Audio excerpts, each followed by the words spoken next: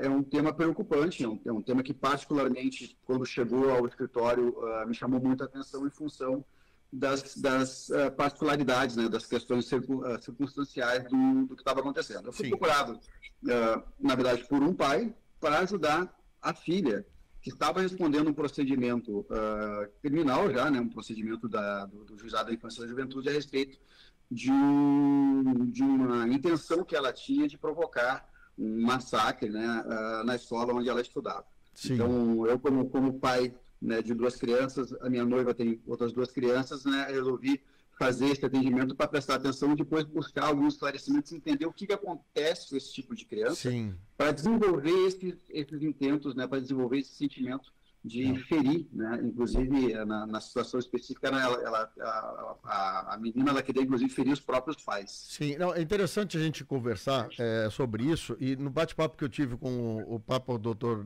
Samir, ele me alertou justamente isso. Fábio, eu tenho crianças ao meu redor, da noiva, meus, e é um assunto que permeia em toda a sociedade, né? E eu achei interessante, só para o pessoal te conhecer um pouquinho, doutor Samir, o senhor e o seu escritório hoje tem especializado em alguma área ou vocês atendem várias áreas diversas aí no escritório em Porto Alegre?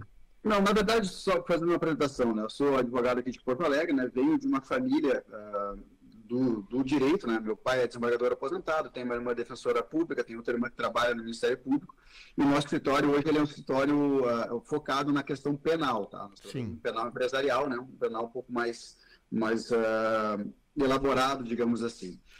E a situação, então, que nos chegou foi exatamente essa, refoge um pouco da particularidade do nosso ramo de atuação, mas em função de ter um interesse, digamos assim, na causa, de entender, a gente acabou optando por fazer esse atendimento. Eu achei interessante praticamente muda um pouco o foco do escritório, mas num assunto que o Brasil inteiro fala sobre isso, né? E eu queria, então, o senhor foi contratado pelo pai de uma menina que está respondendo no Juizado da Infância, por intenção ou por ter... o que aconteceu para que essa menina fosse arrolada num processo, doutor? Na verdade, como é que aconteceu a história? O pai me ligou, dizendo, Samir, eu estou com um problema com a minha filha, ela foi chamada para prestar um depoimento no Ministério Público, e em função de alguns fatos que nos chamaram a atenção. Traçando a história, essa menina ela vinha sendo acompanhada, ela tem 16 anos, tá? Sim. E ela já vinha sendo acompanhada desde os 11, que foi ali o período da separação dos pais em função de comportamentos inadequados. Né? Ela estava muito arredia em relação aos pais, né? Ela estava isolada do contexto familiar, isolada da convivência familiar, ficava muito tempo no aparelho celular, né? Com chats e tudo mais, e começou a ficar agressiva com seus parentes. Isso chamou a atenção deles e resolveram começar, então, fazer uma análise psicológica da criança. Sim, então um gatilho tem sido disparado a partir dos 11 anos de idade, só para a gente ter uma ideia. A partir dos 11 anos de idade. E a minha intenção foi exatamente essa, identificar, porque eu tenho um filho de 11 anos de idade. Sim. Né, e a minha filha tem 9, e tem a outra menina que também tem 9, e o Rico que tem 7 anos. Então, quais são os padrões comportamentais dessas crianças que daqui a pouco levam a esse tipo de conclusão ou de situação? Bueno, coincidentemente, deu com a concomitância de ter a separação dos pais como sendo um dos fatores que influencia muito. Né? Então, quando os pais não têm um diálogo aberto sobre a separação e não se esclarecem em relação às suas próprias questões pessoais da conjugalidade, eminentemente, confundem a conjugalidade com a criação dos filhos e usam os filhos para atingir um ou outro, né? Gera esse desacordo, gera essa falha de comunicação na criança que acaba refletindo negativamente. Então, esse foi um dos primeiros pontos. Né? O segundo ponto que me chamou a atenção foi a questão de que havia discrepância entre aquilo que o pai pregava como sendo uma educação ideal e a mãe pregava como sendo uma educação ideal. Né? Tanto é que a menina, em certo momento, ela pede para trocar de casa, vai para a casa daquele pai que é mais concessivo, digamos assim, nas situações dela, né? Nas vontades dela, e a partir de então ela começa a desenvolver isso. Ela entrou no chat, num aplicativo chamado Discord, no celular, e ali ela começou a abrir a sua vida para uma pessoa que morava em São Paulo. E dizendo, olha, estou eles participam de grupos de conversa nesses chats. E aí, com a identificação, com a aproximação dessa pessoa, ela acabou chamando ele para um grupo privado, para uma conversa privada, e eles começaram a falar sobre as suas próprias vidas. E num determinado momento, num determinado ponto da conversa, o guri começa a falar dessas questões de massacre, que tem vontade de fazer mal para outras pessoas, né, vontade de ferir outras pessoas, de matar outras pessoas. E a menina, ela se sente acolhida nesse discurso e protegida por isso, né? E identificada com aquele tipo de sentimento. E ela começa a narrar, então, que ela também teria vontade, né? Então, e ela chega a narrar, inclusive, uma parte que ela diz assim, a minha vontade é de matar a minha irmã na frente dos meus pais só para vê-los sofrerem. Então, assim, né? Que coisa absurda isso, uma criança de 16 anos dizer, né? É interessante isso, doutor Samir, é que outro dia tinha uma psicóloga aqui na rádio falando sobre maus tratos a animais. E ela trabalhou em pesquisa, ela foi pesquisadora nessa área, ela estava falando qual é a relação dos maltratos de animais com a infância.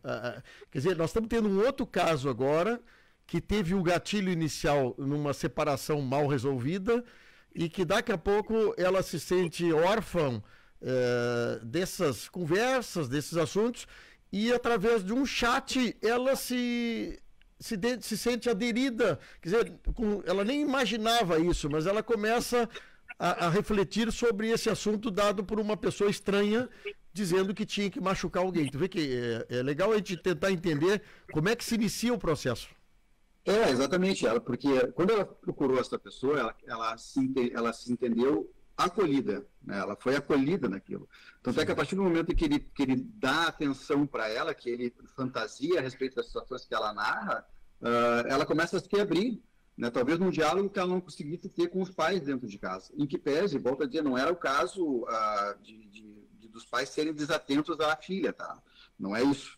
É que não se conseguiu acessar a criança de uma maneira em que ela pudesse se abrir com os pais, sentir a vontade e ser compreendida por eles. Tanto é que ela fazia acompanhamento psicológico, né, desde os 11 anos de idade. Sim. Fazia também, quando determinado ponto, inclusive tratamento medicamentoso para cuidar de distúrbios de comportamento e de personalidade.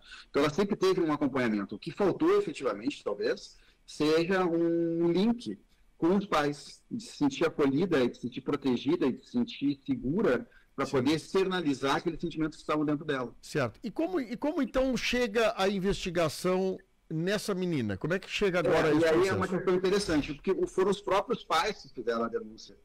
Né? O pai pegou os diálogos dela na escola, no celular. Sim. E nesses diálogos ela diz, olha, vou botar fogo no colégio, né? Ela até tem uma foto do auditório com as crianças ali.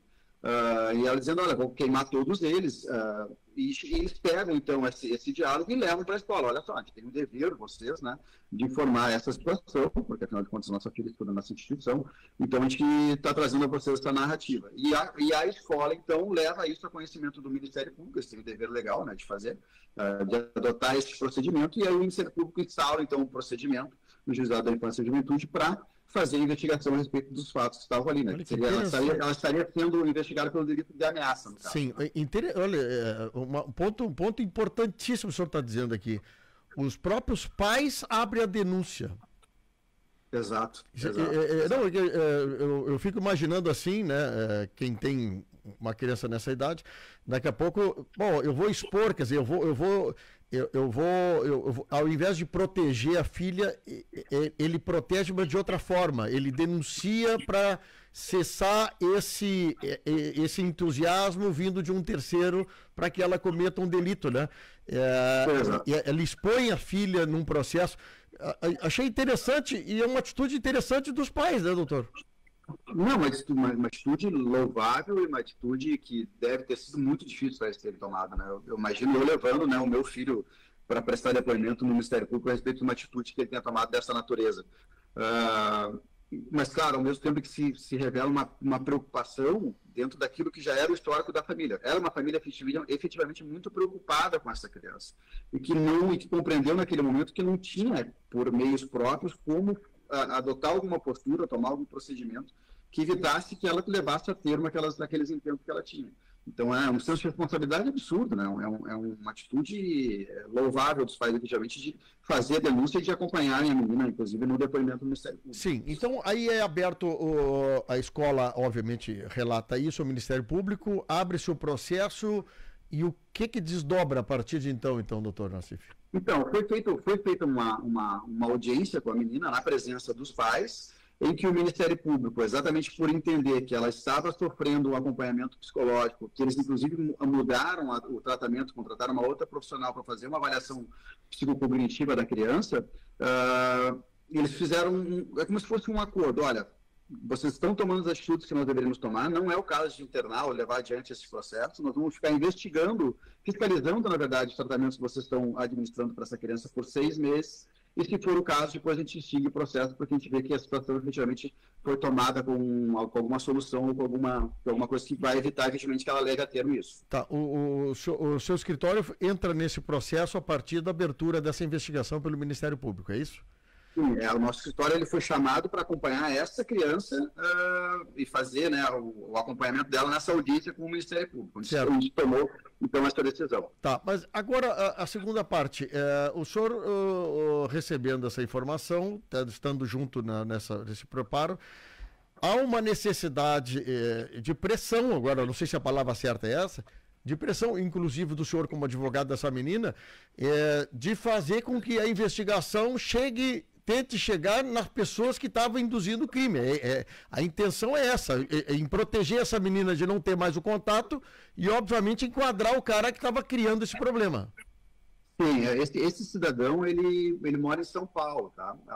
Eu sempre foi aberta uma investigação aqui, se expediu uma carta precatória noticiando isso para a delegacia lá de São Paulo, que também tomou as providências cabíveis naquele estado.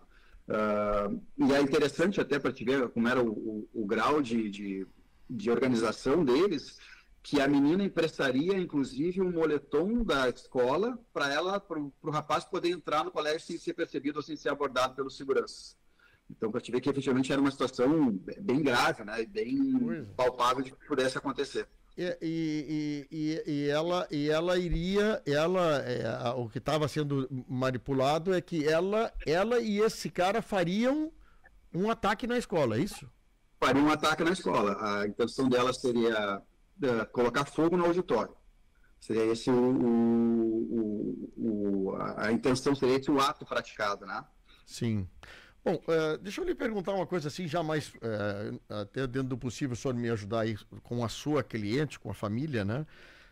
A menina, depois que entra o processo, os pais abrem essa denúncia, que reação teve nessa menina depois de ter aberto esse processo, os pais terem resolvido denunciar? Qual é a consequência que está dando nisso? A primeira coisa que os pais fizeram foi trocar a terapia, o método terapêutico que a menina se submetia. Procuraram uma outra profissional, inclusive para fazer essa avaliação psicognitiva e identificar dentro dela, daqui a pouco, algum transtorno de personalidade, alguma coisa dessa natureza. Sim. Através do Ministério Público se faz uma fiscalização de que esse tratamento, ou que essa conclusão dessa análise psicognitiva vai resultar em algum tratamento posterior. Vão ser procurados os profissionais específicos da área para tratar dessa eventual patologia, desse eventual distúrbio de personalidade que a menina tem. Inclusive, se chegou a cogitar, e não quero que faça-se a vinculação da patologia com o ato violento em si, Sim. Que ela teria alguns traços, inclusive, do espectro autismo, por ter uma dissociação da realidade, né? A realidade para ela, quando ela não consegue manifestar ou ter essa empatia de vínculos afetivos ao ponto de querer tirar uma outra vida, significa que ela não tem esse sentimento de amor ou de reciprocidade com o próximo ser humano. E isso denotaria daqui a pouco um distúrbio a respeito da realidade. Sim. Então, até isso que está investigando. Sim, para ver se ela tem algum problema de autismo. Sim, se ela se enquadra no espectro autista. O espectro autista, na verdade, ele é um espectro, como se fosse um leque, né? Sim. Do grau mais leve ao grau mais severo. Exato. A gente conversou várias vezes aqui com o pessoal, pais e mães de filhos autistas aqui, e o negócio olha, é horas de conversa sobre isso que o senhor falou, os aspectos mais leves, mais profundos, né? E quais as consequências da vida dessa pessoa no âmbito familiar, em escolas, é bastante interessante.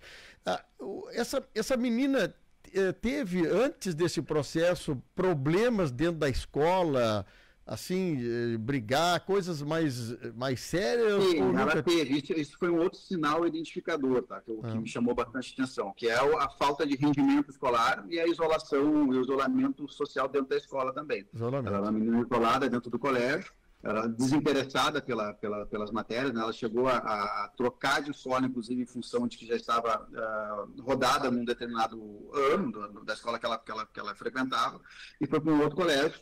E até nesse outro colégio ela desenvolveu novas amizades, os pais estavam bem contentes com isso, e teve inclusive um namoradinho na época. E depois, quando houve o término desse namoro também, que ela já apresentava esses sinais, e o término do namoro, o descontentamento com o término do namoro também foi um dos fatores narrados pelos pais como sendo um modificador do comportamento dela. Ela se isolou cada vez mais, ficou mais isolada, ficou mais reclusa dentro do celular, mais afastada do ambiente familiar. Criou mais um problema. Doutor Samir, como é que fica essa menina depois da denúncia? Ela está na mesma escola ainda?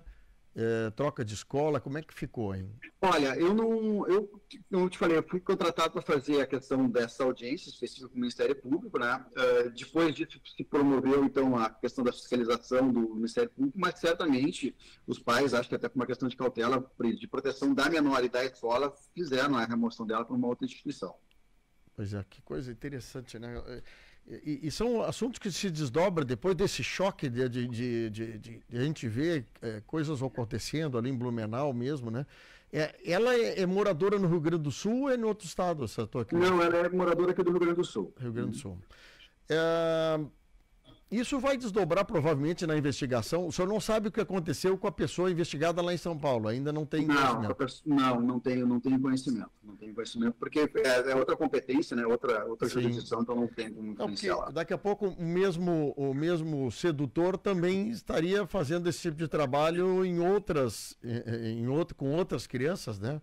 Sim, exatamente. Que daqui a pouco o problema principal não é a menina que está aqui, ela está desajustada. Agora, o de lá é o indutor principal, né? A menina está desajustada e esse desajuste, às vezes, ele tem que ser percebido pelos pais de alguma maneira. A minha preocupação, inclusive, e a minha curiosidade a respeito do caso foi exatamente isso. Trazer para a minha vida pessoal comportamentos e atitudes que eu posso tomar em relação aos meus filhos para identificar esses traços já no começo e ficar atento às crianças. Que coisa. Então, por exemplo, o controle de celular, a gente tem que controlar o celular dos nossos filhos, a utilização do celular dos nossos filhos, né? As redes sociais dos nossos filhos, quem são os amigos dos nossos filhos, limitar o uso dos equipamentos eletrônicos, isso é importantíssimo. Se todos os profissionais que lidam com essa área da saúde, da psicologia, falam e alertam a respeito disso. Entender que dizer não para os filhos é fundamental, é importante, né? Limites são organizacionais, né? Limites organizam as crianças, o que não quer dizer que você tem que ser grosseiro, que você tem que ser agressivo, mas você tem que impor limites claros e objetivos para as crianças cumprirem, né? E eles se sentem dessa maneira acolhidos, eles se sentem organizados dessa maneira. Então, a gente não pode deixar a coisa solta, como a gente fala, né? Porque hoje as crianças podem tudo, fazem tudo que elas querem. Evidentemente, existe uma certa liberdade que há tempos atrás não existia, existe um acesso à informação que há tempos atrás não existia, mas isso não quer dizer que a gente esteja se desincumbir do nosso papel de pais, né? Nós temos que entender que nós somos pais dos nossos filhos, não somos melhores amigos dos nossos filhos. O que não quer dizer que a gente não tem que ser amigo deles, mas nós somos pais. Que interessante. Olha, que assunto isso aqui rende uma conversa dessas aqui para o pessoal que estava até poucos dias atrás. Olha, nós tínhamos muitos pais na frente das escolas, aqui semana retrasada, 3 semanas atrás, né? Justamente em função desse problemaço que se irradiou no Brasil inteiro como possíveis atentados a outras escolas. E aqui eu estou conversando com o doutor Samir Nassif, que é advogado que foi chamado por um pai, onde ele descobriu que havia contato no celular da sua filha de 16 anos, né?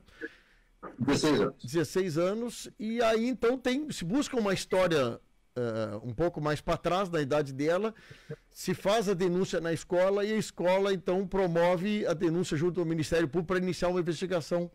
Eu achei muito importante a gente bater esse papo, doutor Nassif, justamente para nós colocarmos na pauta do dia a dia das nossas famílias mais esse assunto de que pais e mães podem acompanhar e devem acompanhar mais o dia a dia e tentar, de uma forma até de prevenção de uma tragédia desse assunto, viu?